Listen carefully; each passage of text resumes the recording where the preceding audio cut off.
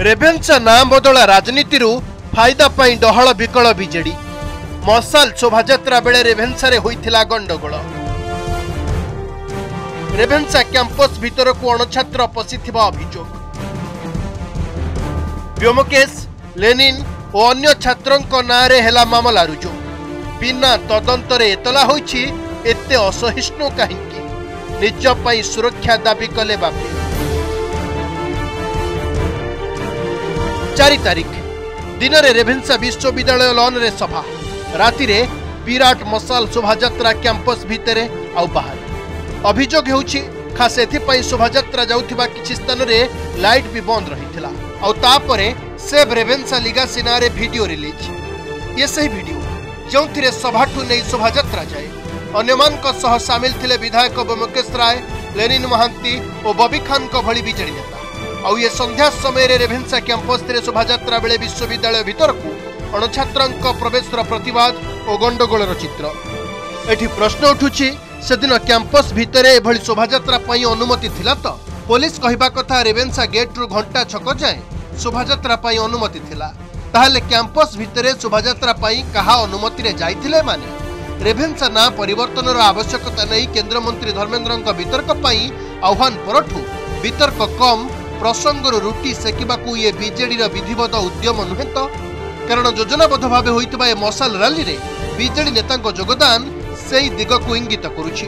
अन्य पक्षरे घटना दिन गंडगोल को नहीं मालगोदाम थाना रे रेभेन्सा छात्र श्यामसुंदर साहू को इतला आधार रे पुलिस बीजेडी नेता तथा विधायक व्योमकेश राय, लेनिन महांती और छात्र बीजेडी नेता बबी खान को नारे मामला रुजु करिछि। सेहिपरि मसाल शोभायात्रा करुथिबा गोष्ठी मध्यरु एक पालटा अभियोग आधार रे तदंत चलिथिबा कहिसंती अतिरिक्त डीसीपी अनिल मिश्र। अपरपक्षे बीवीपी एक प्रतिनिधि दल पुलिस महानिर्देशकों को भेटी रेभेन्सा कैंपस पर सुरक्षा सुनिश्चित करने को दाबी करिसंती। मुख्य अपराधी बबी खान जे बारंबार विश्वविद्यालय विभिन्न घटना तार नार संपृक्ति आसुची तार नार केस रेजिस्टर्ड होती से पुलिस को धन्यवाद सहित आम डीजी को भेटी अनुरोध कलु जार गोटे पुंखानुपुंख भाव तदंत हो सीसीटीवी रिपोर्ट अणा जाऊ कोवली भाव एम अणछात्र मैंने कैंपस को पशिदे। बबी खान जे व्योमकेश रायकर आटिकार बीजेडी खास नेता से कोवली भाव गोटे छात्र को धमक दौरान जे जो श्यामसुंदर साहू एफआईआर देती तमें जाकि कह थाना रे लेखिकी दियो जे से केस मिछ देछि नहले तम परिस्थिति भयंकर हवा। केस श्यामसुंदर साहू केस देछंती 3 जन को नारे एवं बबी खान, बापी राय एवं लेनिन महांती को नारे देछंती एवं अदर्स सेमाने मध्य सेमती आरोप सेमाने मध्य सेमती अभियोग करछंती तांको अपर पक्ष को नारे एवं 2 गोटी जाक केस बर्तन तदंत अवस्था रे अछि। एपटे घटना को नहीं आज भी कंपिची विधानसभा। शून्यकाल आरंभ विधायक व्योमकेश तांको नारे होइतबा मामला प्रसंग उठाइथिले। बाचस्पति दृष्टि आकर्षण करी कहिथिले मो नारे आर्म्स एक्ट लगा जाइछि। मु मसाल शोभायात्रा रे बंधुक धरी धमक देउथिली बोली एतला रे लेखा जाइछि। बिना तदंतरे एतला होइछि एते असहिष्णु काहेकि बोली प्रश्न करी निज पई सुरक्षा दाबी करिथिले व्योमकेश। याकू केंद्र करी बीजेडी विधायक माने गृह रे जोरदार हट्टगोल करबा सह बाचस्पति पोडियम तले नाराबाजी करथिले। फल प्रश्नकाल परे आउ चली पारि नथिला गृह। घटना को नहीं कांग्रेस भी प्रतिक्रिया रखिछि। एपटे बीजेडी एते विचलित काहेकि बोली प्रश्न करिछि बीजेपी। कहिछि बीजेडी सरकार रे स्ट्राइक पई बिना एफआईआर रे गिरफ करा जाउथला। एठी तो अभियोग आधार रे मामला होइछि तदंत हेले सबु स्पष्ट होई जिवो।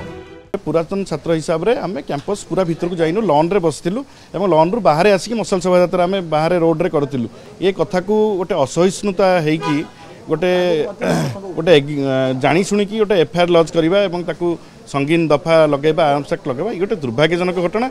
ये घटना को मु दृढ़ भाव निंदा करूँ। अच्छी तो राज्य सरकार आभिमुख्य रेभेन्सा विश्वविद्यालय नाम परिवर्तन बाबद स्पष्ट करंतु प्रत्याहार करंतु।